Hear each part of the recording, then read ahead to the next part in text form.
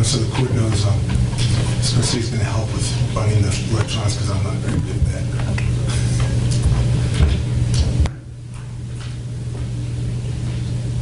Have you tested it, though? Have you tested it? We had tested it. We think it works.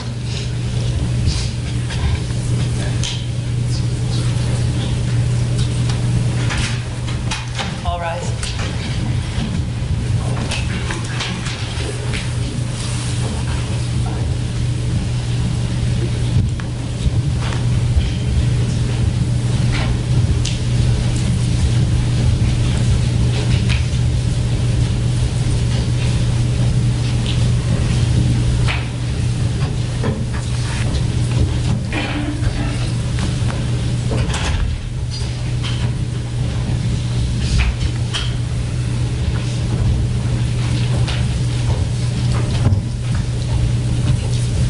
Seated. Welcome back, ladies and gentlemen. Mr. Bregman, you may proceed. Thank you. May it please the court. Counsel. From 2008 to 2015, 384 police officers were killed by citizen attacks.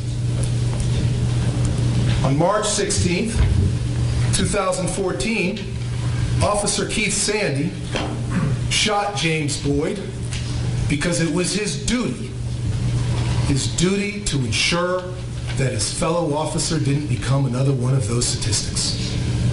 Good afternoon, ladies and gentlemen of the jury. The evidence will show that on March 16, 2014, Keith Sandy necessarily shot James Boyd when Mr. Boyd, a mentally unstable and threatening man who was holding a knife in each hand and was approximately 9 feet away from Officer Scott Larmerskirtz, took a step towards him with those 2 knives in hand. The evidence will show that based on Keith Sandy's training and experience as a police officer, that he had a duty, a sworn duty, to protect that fellow officer. And that's why he shot Mr. Boyd. That decision was made in a split second. A split second. Officer Perez was another officer. Officer Perez had never spoken to Keith Sandy on that day. Never talked to him at all. And he was some distance away from where Keith was. He was at a different elevation from where Keith was. But he perceived the same deadly threat that Keith Sandy perceived. And he did his duty, his sworn duty, and protected a fellow officer and shot Mr. Boyd. That decision was made in a split second. Both of these officers relied on their training and their experience when it came to making the decision to shoot Mr. Boyd. The government wants you to believe that's murder.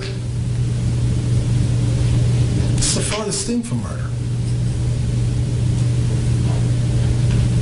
The evidence that you will hear and that you will see with your own eyes will be that this is justifiable homicide by police officers doing their job. They're not like us. Police officers, with evidence will show, are not like us. Regular citizens, we can run away from danger. But not police officers, and not these police officers on that day. The evidence will show, rather than run away, they have to confront it. It's their sworn duty to confront danger and to confront armed criminals. Make no mistake, while Mr. Boyd was homeless, and while Mr. Boyd may be mentally ill, on that day, he was a violent, threatening criminal. He pulled knives out of his pockets numerous times and threatened to kill police officers that were right there. And these were not minor threats. And let me just say that this was an extremely tense situation. The language that Mr. Boyd was saying is not pleasant, but it's something you need to hear to understand the situation that everybody was in, the things that he was saying. And so the foul language, I'm going to say it like he said it. The officer said, here we go, take your hand out of your pocket, Boyd. I'm almost ready to kill you right now. And the officer says, okay, sit down. Take a listen for yourself. Here we go. Take your hand out of your pocket. I'm almost ready to right now. Let's sit down. Russ, can we approach? Yes.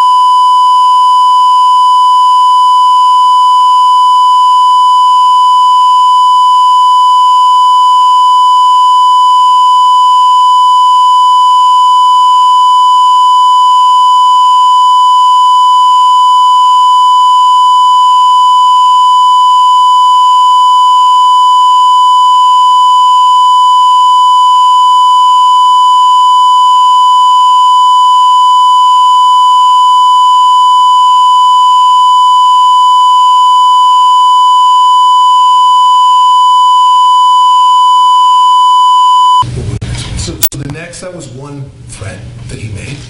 Let's go to another threat that he made. He says, you know what?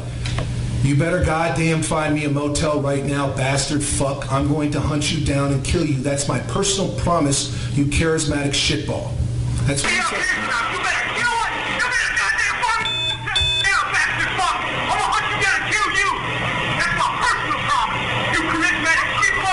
Talking to me or him? Do you hear the anger? Do you hear the anger? Next, another threat. We're all gonna die tonight.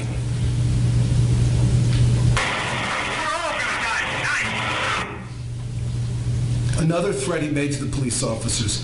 I'm never concerned about my safety. I'm concerned about yours. I'm never concerned about my safety. I'm concerned about yours. He continues with threats. He says, you're waiting to get killed in the dark. And remember, it was starting to get dark. You're waiting to get killed in the dark. I can see in the goddamn dark. I can smell in the goddamn dark. I can live, die, kill, and wake up in the dark. Know who the fuck I am, man.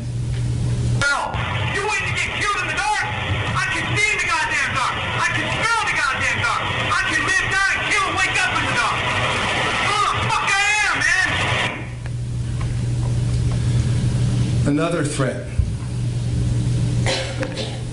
That's the last time I died was in that jail. I'm not dying for you tonight. You're going to die for me. You're going to die for your family tonight.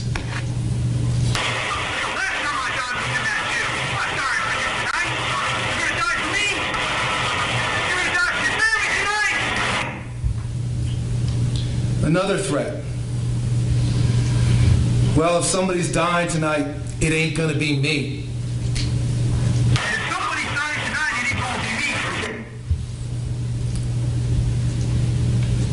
He made a lot of threats up on the mountain, and he continues. That's why I got to kill you tonight. He's talking to police officers. He's talking to police officers. That's why I got to kill you tonight. And finally, well, another one. You're approaching death tonight. And finally, one more of the main threats that Mr. Boyd made to officers. You could shed blood or you could shed mine. I'm going to shed some goddamn blood.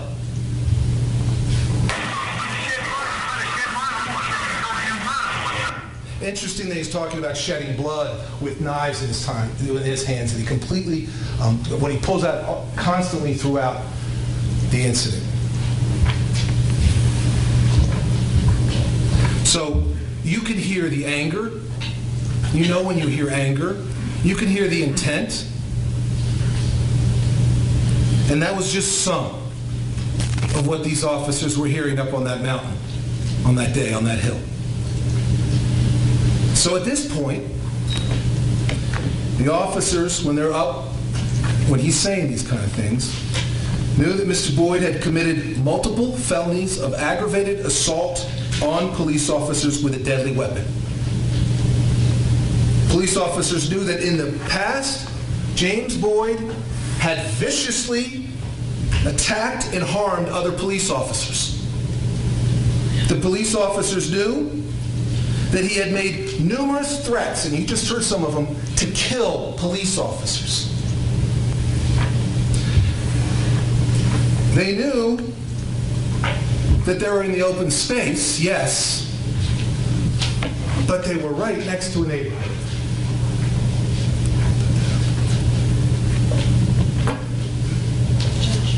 Oh, you might need you to. Just for the record, Judge, I want the record to show that the prosecution has nothing to do with these glitches on the case.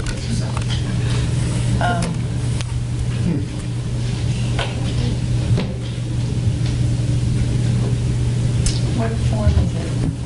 It's just the same. Same as all this is. So you want the projector, the podium dock? Yes. Podium? You might It want should to be give the it. podium HDMI, Your Honor. Okay. That should be it.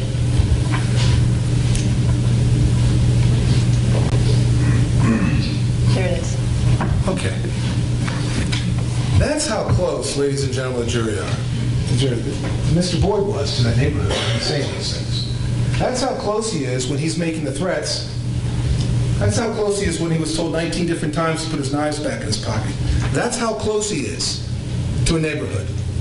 In fact, the house all the way over on the left is Mr. Thixton's house, the gentleman that was taping some of that you already heard from the other lawyers. That's how close Mr. Boyd was. And it's getting dark.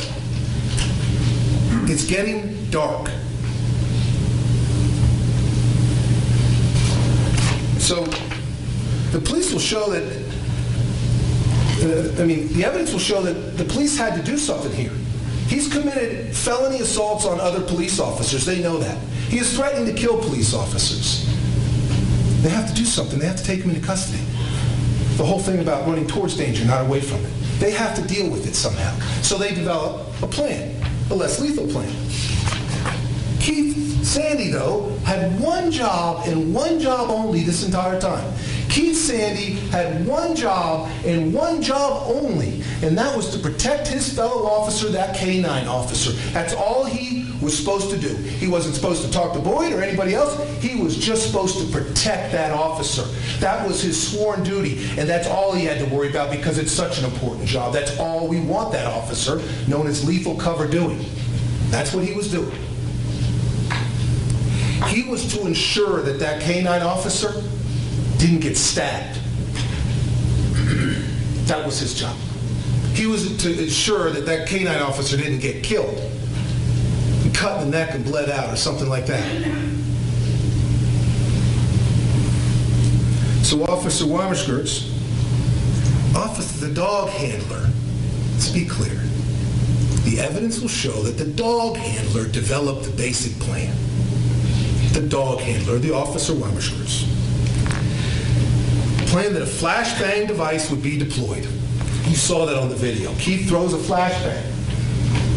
Officer Weimerskirts says, you throw a flashbang, Keith. And then we also have a dog and we also have a taser shotgun. We'll deploy these and eventually we will stun him, shock him, do whatever we have to do so that we can get a hold of him so he doesn't hurt anybody in that neighborhood, so he doesn't hurt anybody else because he's threatening to kill people with knives. They have to do something with him. So they developed less lethal means of doing something. But they didn't work. I mean, you can't... So the flashbang hit in front of a rock up there. You can't blame Keith Sandy for that. The evidence will show that you shouldn't blame Keith Sandy for that. It just happens when you throw these.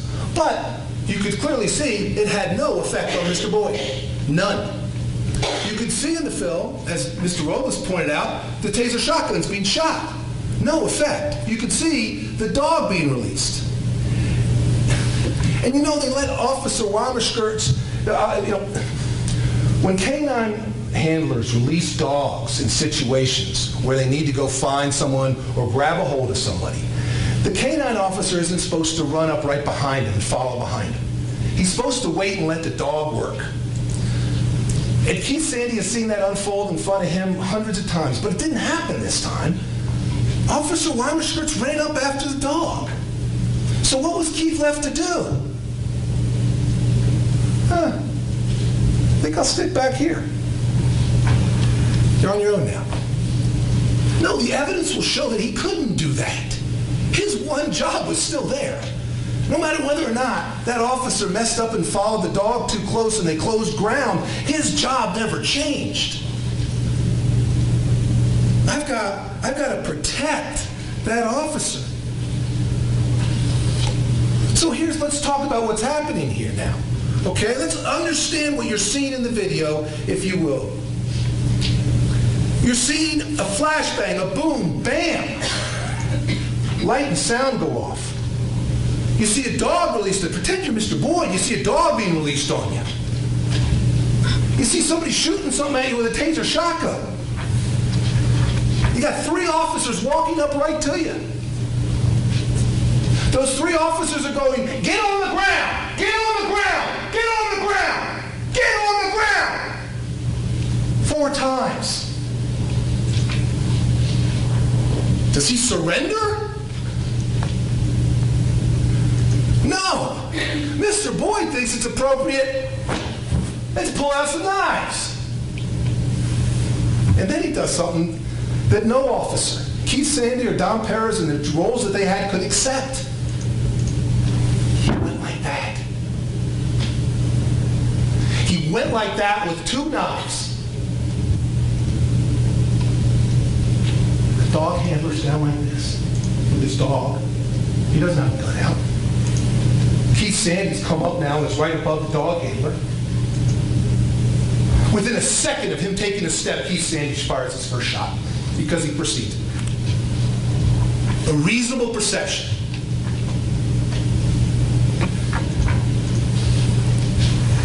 this incident happened, the Albuquerque Police Department went out and did a 3D imaging and scanning of the area. This animation will give you an idea of some of the elevation differences.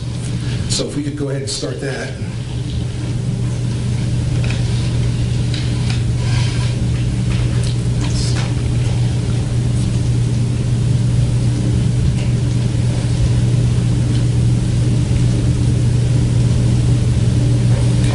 So what we have here is, you can see Dominic Perez down below. You can see James Boyd standing up on top of the hill. You can see Keith Sandy, the one standing up, and you can see Officer Scott Weimerskirts kneeling down with his dog. Yep, just went blank. Technology, good when it works. Okay, keep going, that's good.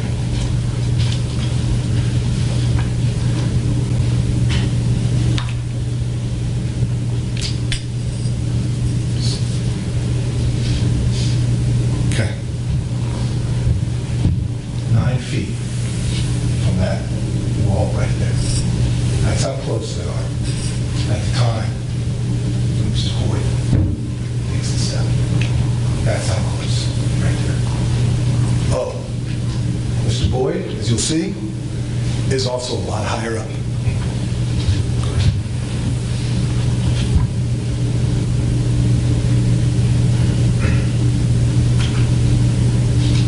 So you see Officer Perez is 25.2 feet below, and Mr. Boyd is 9 feet above him elevation-wise.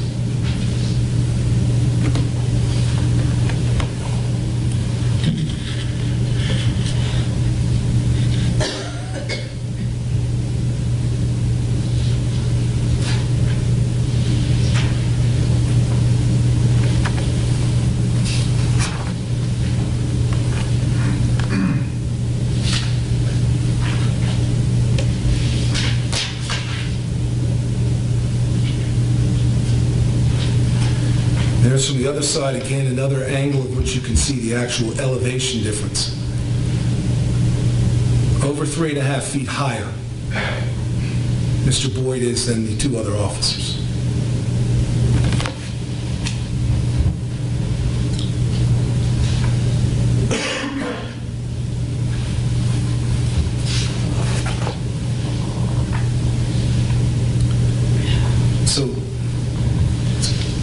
So here's kind of the deal, though. So it was mentioned to you about this tooler drill and distance and the way the police officers are trained about how to deal with somebody with edged weapons and how dangerous they can be.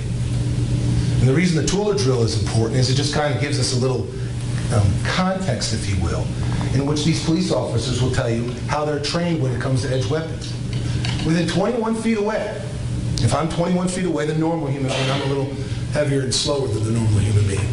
But from 21 feet away with a knife, they can cover 1.5 seconds, 1.5 seconds and stab you for an officer before he can pull out his gun and shoot. The reason that's important is it describes how quick people can move with a knife and kill. There'll be testimony after testimony, witness after witness talking about how these knives, if I may just walk in front of the jury, Your Honor, That's fine. how these knives are in fact deadly weapons in every way, shape, or form. And the evidence is going to be that he was not using them as camping tools that night, or that day, but he was using them to threaten to kill police officers. That's where the purpose of those two knives were. So it's really important that when Keith Sandy and Don Perez are out there, that they're relying on their training and their understanding how fast people can move with edged weapons and hurt and kill other people. That's why that is important, that drill. They will talk about their defensive tactics. The people that train them in defensive tactics will come in and tell you the type of training that these officers have gone through. So, Keith Sandy perceived an immediate threat of deadly force when James Boyd took that step with those two knives. He perceived it. He responded to it pursuant to his training, and he shot James Boyd. A completely different person perceived the exact same threat, and within a half a second, gave the same reaction and shot Mr. Boyd because they are trained that it is their duty to stop the threat. 2 officers perceiving the same threat, 2 officers following their training, and 2 officers doing their duty to protect a fellow officer. That's what this case is about. You will hear about Albuquerque Police Department procedural orders. They've been referred to as SOPs already. They've been put on the screen. The lawyers have read different aspects of those orders. But I want to read one that I think has already been touched on, but I think it's really important. This is the way police officers at the Albuquerque Police Department are trained. They are ordered to follow this order, and they are trained that this is the way they will be evaluated when it comes to the use of force. The standard under which all uses of force by an officer are evaluated. Based on a totality of the circumstances and the facts known to the officer at the time of the incident, the reasonableness of an officer's use of force must be evaluated from the perspective of the reasonable officer on scene at the time, rather than with 20/20 hindsight. The United States Supreme Court recognized some allowance must be made for the fact that police officers are often forced to make split-second decisions with limited information in situations which are tense, uncertain, and rapidly evolving. That is exactly what the evidence will show in this case. I believe the first witness you're going to hear from the state is Mr. Noble. Mr. Noble is someone who is paid by the government to say what he says, basically. He is going to get up and tell you that he has some knowledge of the case, but when you actually delve into it a little bit, you're going to find he doesn't have a lot of knowledge of the case. You are going to see that, well, you can judge his credibility for yourself. But let me say this, though. He will tell you this. He will absolutely tell you this from that witness stand later today, I bet. He will tell you that if Keith perceived a deadly, imminent threat upon Officer Weimerskirts, he has the duty to shoot Mr. Boyd. He will tell you that. If he perceives it, he has the duty to shoot him. Let me take a minute to talk about Keith for a second. Mr. Sandy is 41 years old. He's married to Cassandra, who's in the courtroom. He has 3 children. Kylie is 21 years old, Taryn is 17, and Skylar is 5 years old.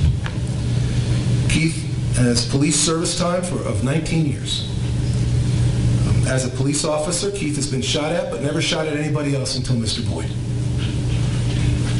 Keith's father was an Albuquerque Police Department. There was an Albuquerque policeman in 1969 was shot in the chest, leg, and face. Excuse me, Your Honor, I'm going to object, appeal to sympathy, and also opening the door on Mr. Sandy's background. Do you want to approach? Do you want to approach? Sure.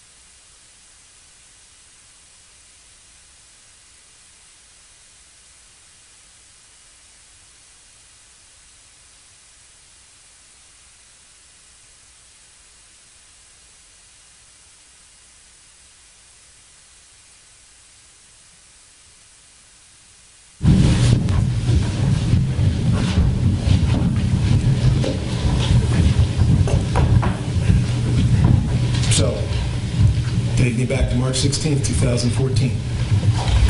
On that day, Keith Sandy woke up and did what he almost does every single morning. He went outside and fed his 2 horses.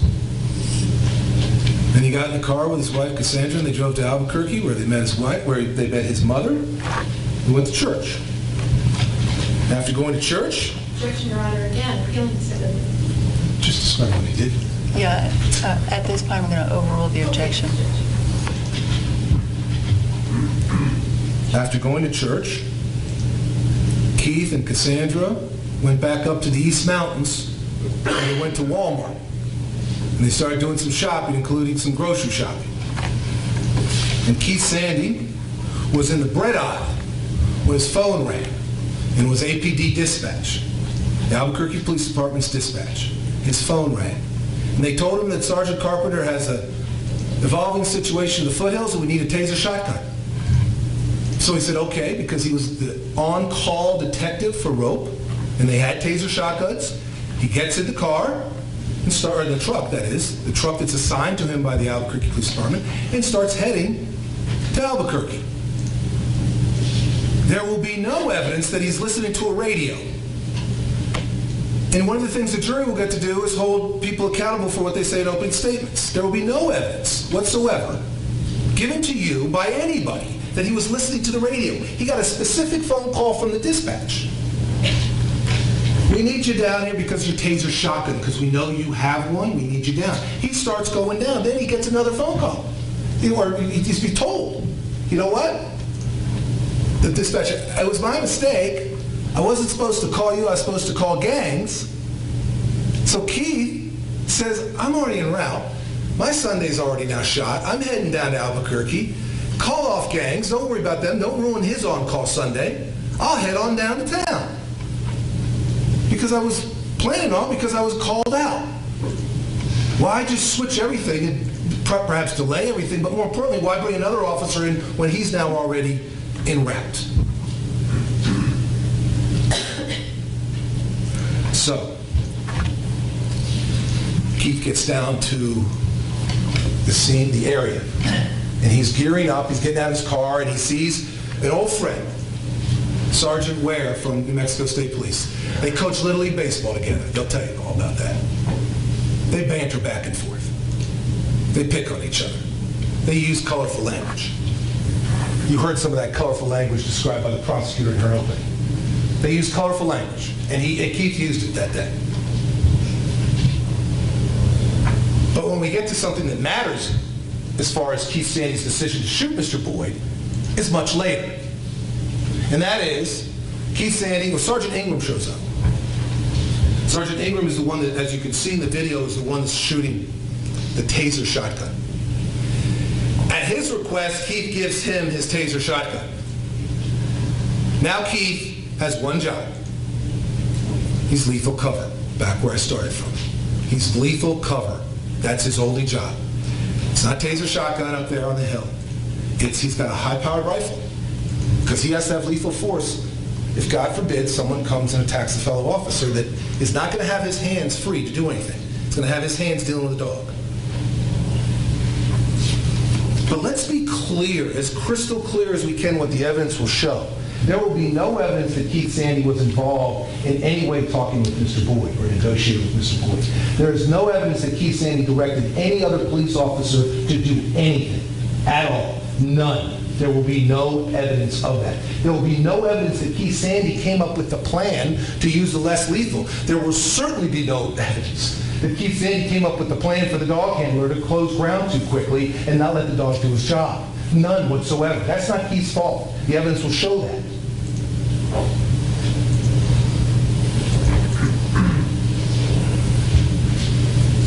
He didn't tell the crisis intervention team officers to stop negotiating either in any way. Keith had nothing to do with that.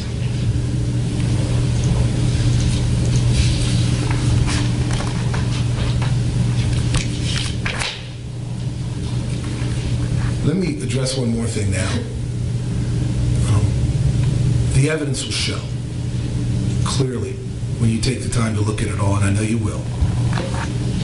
Mr. Boyd didn't turn around and lie down and surrender. Mr. Boyd was shot the first time in the bicep right there. He was shot. Then he starts going like this, and he shot again. And then he starts going down, and he shot again. Mr. Boyd was not surrendering. He was shot from his conduct. The evidence will show that under no circumstances can you tell me that when you're yelled at 4 times with officers coming up the hill at you, with all kinds of firearms, with 2 firearms pointed at you, 1 dog and 1 taser shotgun all pointed at you, and you're told 4 times to get on the ground, there will be no evidence that he was surrendering by pulling out 2 knives. The evidence will show that's not surrendering. That's, I want to stab somebody.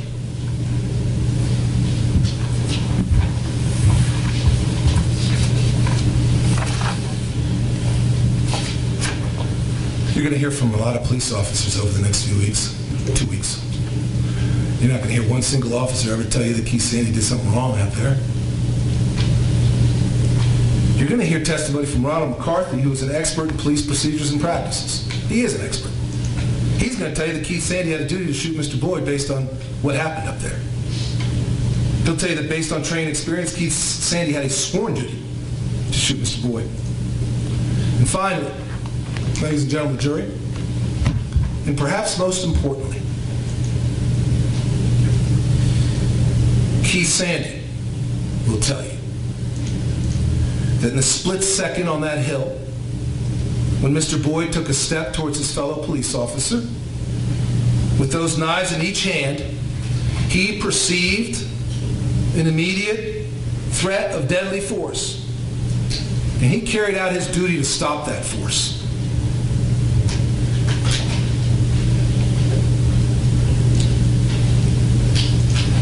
At the end of this trial, I think you'll agree with us.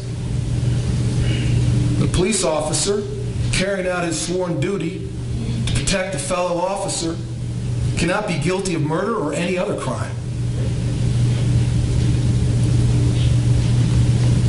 Thank you. Thank you, Mr. Bregman. The state will now present its evidence. After the state has presented its evidence, the defendants may present evidence, but are not required to do so because the burden is always on the state to prove the defendant's guilt beyond a reasonable doubt.